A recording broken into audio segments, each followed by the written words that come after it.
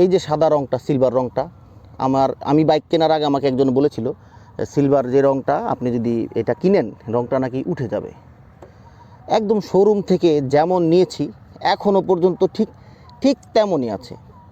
যখন যদি এই বাইকটি নিয়ে আবার শোরুমে আমি দাঁড়া করায় রাখি, এর কোথাও কোনো ত্রুটি আছে, ভুল আছে, বা কোনো কিছু জং পড়ে গেছে, কোনো কিছু নষ্ট হয়ে গেছে, কোথাও গ্যাপ দেখা যাচ্ছে, এইরকম কিছু কেউই বলতে পারবে না।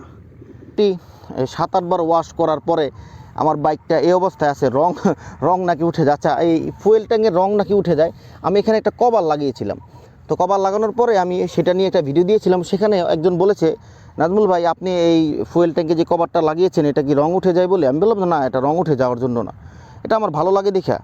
নিচে একজন বলতেছে শাক দিয়ে মাছ ঢাকতেছে, এরকম পরিস্থিতি।